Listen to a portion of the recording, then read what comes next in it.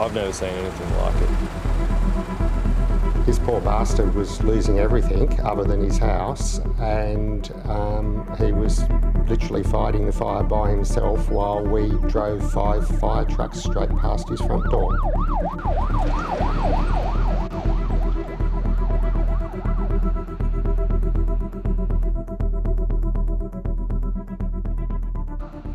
In February 2017, New South Wales saw firsthand the catastrophic conditions that can turn a bushfire into a raging inferno. This fire near Dunedoo in the state's Central West killed thousands of head of livestock and native animals and damaged scores of properties. But it also damaged the trust between farmers and the organisation that's supposed to protect them, the Rural Fire Service.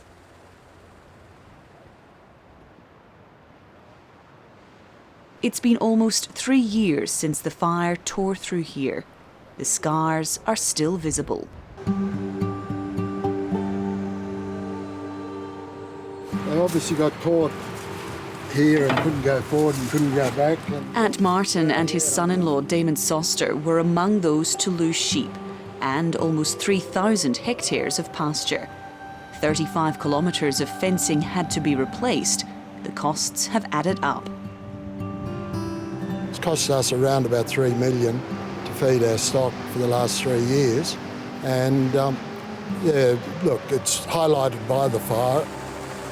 While waterbombing aircraft attacked the fire, Damon Soster says their plea for help from nearby crews went unanswered. We were left on our own. There was plenty of incidents when fires jumped containment lines here for us that they weren't there. I don't know who was making the decisions and where we stood in all that. We were just fending for ourselves.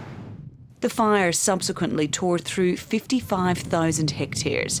It stretched 60 kilometres, the width of the Sydney Basin, and even created its own weather storm, sending out lightning strikes ahead of the fire front. Whatever stock could be saved were herded to safety. Damon Soster still has serious concerns about what he perceived to be the lack of help and communication from the RFS 3 years ago. The fire started. I know I was in a better position to be on my own with my own equipment, getting to the front of it and trying to stop it getting any bigger, and we achieved that.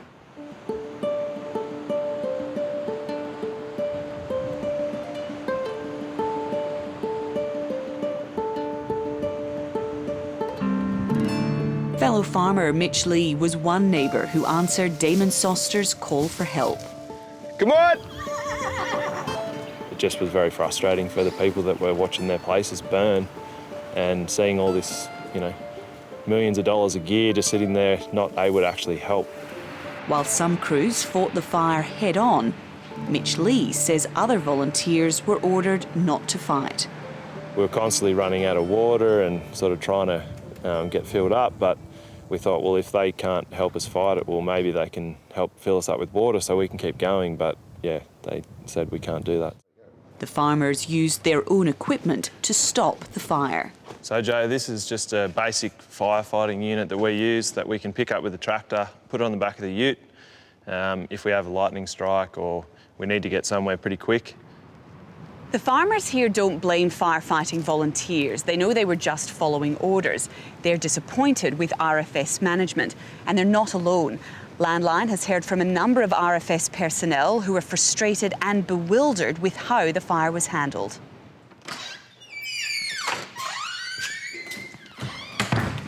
At the time of the bushfire, Mike Gorman was captain of the Kangaroo Valley RFS. He and his team travelled from the south coast to the fire ground, but were told not to fight. So rather than engaging the fire, we parked on the corner of Sive and Doherty Drive, where the fire's named after, and the Golden Highway, and sat there for a period of time. Tensions escalated as the day wore on. At this stage, a lady came up and banged the side of my truck. I was driving the truck at the time and banged on the driver's door and wanting to speak to me, and her question was, why aren't you helping us? Why aren't you trying to save our properties? Yeah, I was ashamed to be in the RFS on that Sunday. We had just driven all day the previous day to get up there for the purposes of helping, and now we were being made to just sit and watch properties burn. Mike Gorman has written to the RFS asking why he and his crew were ordered not to fight. He was told it came from management, but he doesn't believe safety was an issue. If you can't fight a fire when the wind is actually blowing the flames away from you, there'll be never a time that you can fight a fire. So we were in as safe a location as it could possibly be. And my other answer to that is that the farmers were fighting the fire all day long.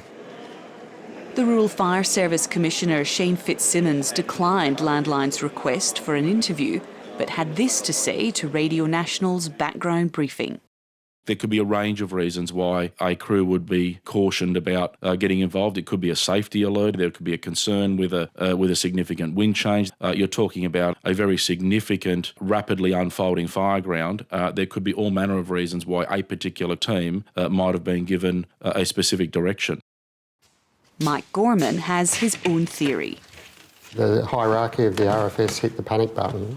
It was, I think, the first proper catastrophic day that New South Wales has had, and I think they panicked, and I think that's what led to the decision that I was told about, that there'd be no active firefighting, because it doesn't make any sense to make that sort of decision, and it certainly doesn't make any sense that if you make that decision not to tell people.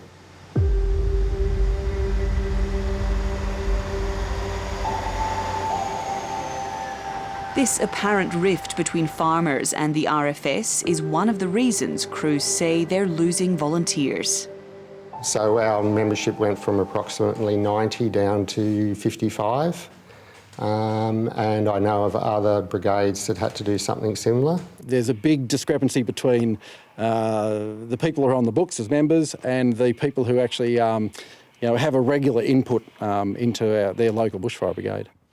Justin Barr is the former group captain at Cumnock in the state's Central West and has been with the RFS since he was 15. His old brigade currently has around 60 members, but fewer than 20 turn up. He says apathy is a big factor. There have been instances where we've had to go and attend instances with just one in the truck, which is not something you should be doing, but what do? You're alone in the truck, you can't, there's a motor vehicle accident, you've got to try to attend. Mitch Lee is ready for the next fire, but he won't join the RFS. After that, if there was a fire here or at a friend's place, the last thing I'd want to do is go into the fire station and then be told I can't do anything. The Sarivan fire at Dunedoo was followed by more ferocious blazes at Tathra on the south coast and the recent fires in northern New South Wales. The bushfire season was early this year, and there's an elevated threat of more and bigger fires, not just for this season, but beyond.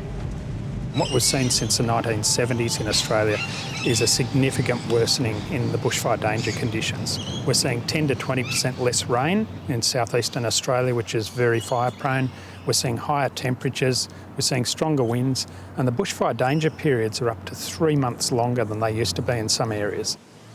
Former New South Wales Fire and Rescue Commissioner Greg Mullins says governments need to do more. He says 4 years ago, a request for more water-bombing aircraft was made, but the federal government still hasn't committed to the multi-million-dollar investment. Look, it's pretty sad, the outlook. So the climate's getting hotter, our bushfires are getting worse, the federal government's missing in action. They don't want to know about this because fundamentally I don't think they believe in climate change and they won't talk. So it's up to volunteers on the front line to try and cope.